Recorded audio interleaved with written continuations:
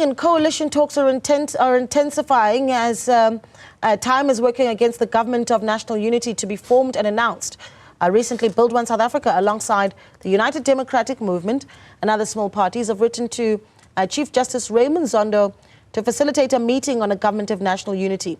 Meanwhile, the EFF has reiterated its unwillingness to work with the Democratic Alliance, announcing that it will not be part of this proposed Government of National Unity if they are included. Well, into this conversation, we now bring in leader of Build One South Africa, Mmusi Maimane. Mr. Maimane, good morning to you. Thank you so much for joining us. I think let's start off right with the basics. Why BOSA, along with other political parties, have asked for the Chief Justice to preside over talks?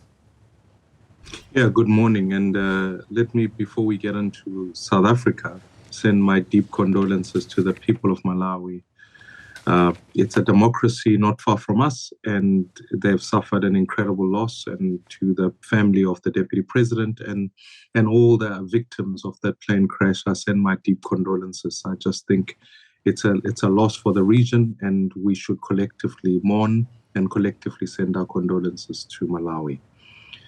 On the conversation that we're having, I want to be clear the fact that, you know, the metaphor I would use is that I can get into any car and say, at least I have a seat in the car. But if I'm unclear where that car is going, that seat is wasted. And a GNU is a similar concept. If you say, come, let's talk positions, you sit in the car, but we are unclear where the thing is going, we will end up in a disaster as South Africa. We must reiterate that our call for a meeting of all leaders of political parties to be able to discuss what is the plan for the 7th administration is crucial, because otherwise you end up having a discussion about positions. You end up having a discussion about saying, okay, here's how we save the ANC from the defeat that it has suffered. And you negate the fact that this is about a government that must be formed for 60 million South Africans and their futures. So I reiterate the call without a shadow of a doubt. You cannot put a GNU before putting an agenda on the table. And I think what's going on now is a failure not only to reassure international, domestic citizens and markets, but also social stability to say this is what the next 7 years or the next 5 years are going to look like, regardless of who is in power. It will be a grave failure if we fail to do that for the people of South Africa. And therefore, my call even to the Chief Justice isn't for the Chief Justice to interfere in politics, but it is for the Chief Justice to be able to go here, emanating from the Constitution, our guiding document. Here are the objectives of the Constitution, and here's what the 7th administration must be fulfilling in that regard. Yeah, okay, so I mean, we can talk about interference, and I'm going to bank that for a little bit later, but I want to look at the numbers here and perhaps really that proposal for a Government of National Unity coming from the ANC, Mr. Maimane, and some could argue that these parties that have come together asking for the involvement of the Chief Justice simply don't have the numbers to sway, not to sway the vote either way, depending on which direction the ANC decides to go. I mean, UDM, ACDP, BOSA, ATM, PAC, UAT, altogether you've got about 12 seats. So if I say to you, you have no sway, what do you say to that? Well, my response to the issue is that we represent South Africans. The reason we achieved proportional representation is that no voice may be silent. Now, if you want to lead in society, you can either be led or you can put your position forward. I'm not asking to be in government. I also think that it's a lie to call it a Government of National Unity. It's a grand coalition between the ANC and the DA and the IFP in that instance. Let's call it for what it is. It's not a Government of National Unity. And furthermore, to the point that you make, when it comes to voting in Parliament, no one has an outright majority.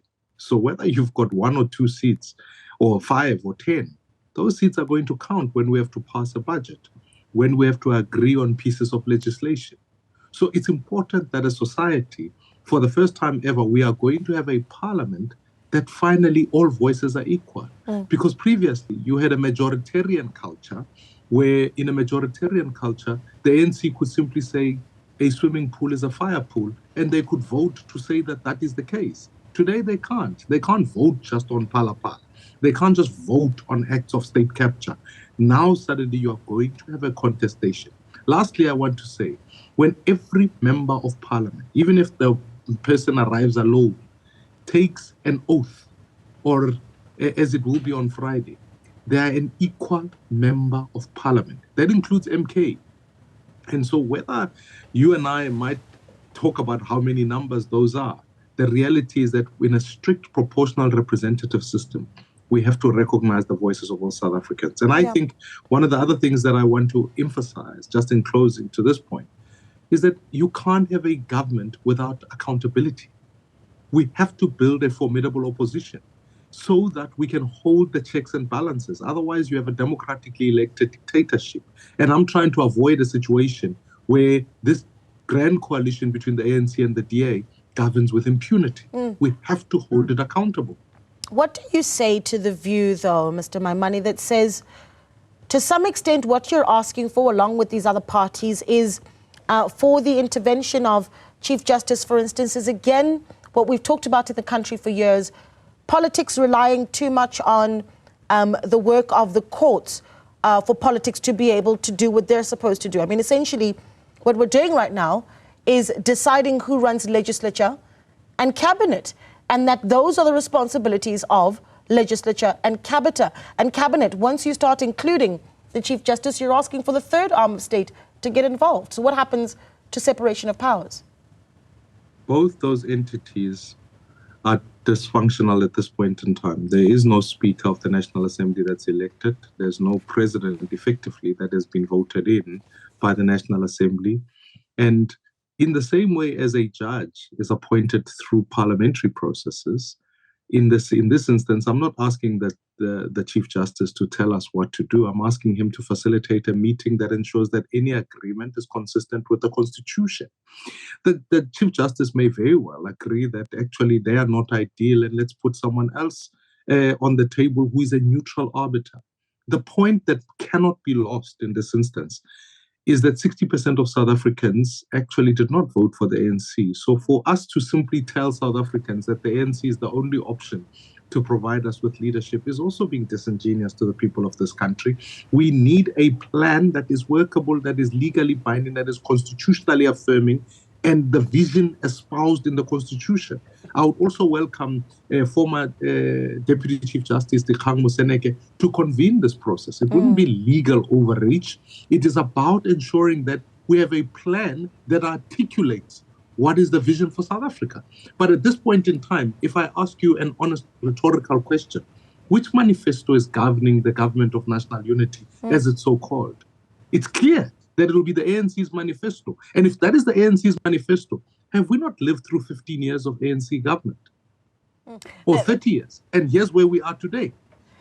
All right, so that's an interesting point. I want to read from the letter quickly. Based on the outcomes of the election, the process cannot be left to only one party to lead and convene, but has to rather be a collection of many stakeholders in collaboration. Have you heard back? I mean, it's been 4 days since yourselves and other political parties have released the letter. The Chief Justice acknowledged, the President has obviously recognized the fact that perhaps it may be a necessary point to bring on a different, so the current President of the Republic has recognized that there needs to be someone who is independent, who is able to bring about that briefing. So I think for most sensible thinking South Africans, it's a sensible route. Because if you don't do that, it was a suggestion I put forward and I still hold it, because ultimately, to my earlier point, and I cannot stress this enough, don't get into a vehicle if you are unclear where that vehicle is going. Otherwise, we could advance state capture. If someone said to me, we're going to continue with corruption, what is then your point that you disagree with if you're already inside the vehicle? I am calling still today, even at the sitting of Parliament, call the parties respectively.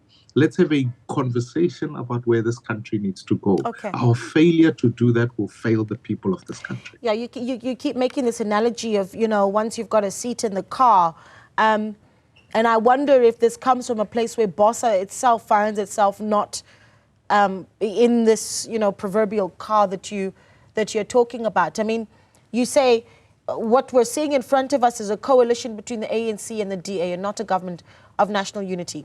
What are your greatest concerns then with that agreement, right? From a policy point of view or whatever it may be, firstly. Secondly, when were the last conversations you had with the Democratic Alliance or the ANC? No, I've had engagements with the ANC and the point still holds. I also think that I must correct. At this point in time, I mean, I'm on behalf of Build One South Africa and the voters who voted for BOSA, they asked us to go to Parliament to express their interests.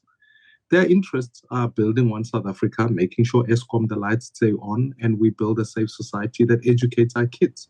Now, that's what we're going to fight for. We are fighting for that in Parliament. And that's why you get elected to Parliament. Not only that you serve in the executive, but you form laws that achieve that. So whether I join the executive or not, I already have a seat at the National Assembly to debate these issues and make the points for South Africa. And that's the point I'm making. So if we want to, we cannot just make it just a numerics issue and say, well, so many votes here, so many this, there, and miss the fact that the reason we have a 400-member assembly is to achieve a dialogue upon which all citizens, however way they vote, are represented. That's the point. So I want to be clear the fact that when I look at this government of national unity, it's difficult to hold it to account because I'm unclear what it's going to do. What is it going to do in terms of building South Africans together? What is it going to do around ESCOM? What is it going to do around logistics? And these are the questions we will put forward. I put them forward even to the ANC. I'll put them forward even to the DA to say, tell us what you are going to do with the plan, the 10-point plan that BOSA put forward. What are you going to do with that? Because that's what we are going to hold you to account with. That's what we told South Africans to vote for and to fight for. And we'll continue. So when there's load shedding, I will ask both the ANC and the DA, what are you doing around load shedding or load reduction? When our kids don't compete with anyone from an educational point of view and are passing at 30%, that question must be held. And even if you were to join the executive, believe you me, you will not join an executive even in the Department of Education and say, where are the pass marks moving from 30 to 50%? The agenda must remain. Okay, and then I'm going to go through the list of parties, of course, that have requested for Chief Justice Raymond Zondo to sit through this the conversation between political parties: UDM, ACDP, BOSA, ATM, PAC, and the UAT. Am I to understand, or are we to understand, now these political parties will essentially be working together in these talks and perhaps even voting and leaning towards the same direction? I think there'll be broader conversation of consolidation that will take place. And one of the things that you mustn't reduce just those parties. You must also recognize that others were reached out to, others couldn't make the meeting, so you couldn't make them signatories to a meeting they couldn't attend for logistical reasons. But Parliament eventually works with a 30, just about on a broad range, 30 portfolio committees. It becomes important for parties to work together so that you share resources, make sure that you can ultimately have representation in all of those portfolio committees so that you can do the job that Parliament was set up to do. To me, I think that let's not lose a functioning, accountable, constructive opposition and be all swept under this romantic, let's have a GNU. Because if we lose the last 30 years of realizing that actually accountability matters, we're going to struggle. So those parties and many others are going to be collaborating together to be able to build a parliament that works, because that's what the people of this country want. Okay, I'm going to squeeze one last question in, because this has been a really big talking point over the last few days, especially when you consider the fact that the day after tomorrow, we are expecting that first sitting of Parliament. What do you make of some political parties, a political party, saying that, well, they're looking to the Constitutional Court to interdict that first sitting of Parliament? Is that for you a concern around the tone with which Parliament in the National Assembly starts its work? I think it's completely wrong of MK to interdict the work of Parliament. If it wanted to reject the election results, and that result must be then put before them. But if all of us, the majority of people in this country, have accepted their election results, then I would encourage MK to say, now you are full members of Parliament, you must come and make the cases there. And let's come and contest, because we're a constitutional republic. If you don't believe in the Constitution to start off with, then don't participate even in elections, because ultimately you are saying that the Constitution, which empowers the holding of elections, is invalid. Therefore, figure out another way. My fear about this issue is this, is that what we cannot do is, once we've agreed as a country that we're a democratic constitutional country, that when parties don't like the outcomes thereof, they take their battles elsewhere, take them to the streets, etc. I want to make an urgent appeal to the MK party. They need to attend Parliament on Friday. Let us be able to argue and debate within the National Assembly and figure out the best solutions to go forward and build this nation. We cannot, at the time such as this one, when our economy is on its knees in some instances and our country desperately needs strong leadership, that ultimately we end up in a space where we reject election results, constitutionalism, etc. Yeah. And so my invitation holds, and I'd be happy to even engage the MK just on the basis of that principle that says, let us build for the future of this country collectively. All right. Mr. Maimane, thank you so much for your time. We really, really do appreciate it. Build One South Africa leader there, Mmusi Maimane, is speaking to us. You're still watching.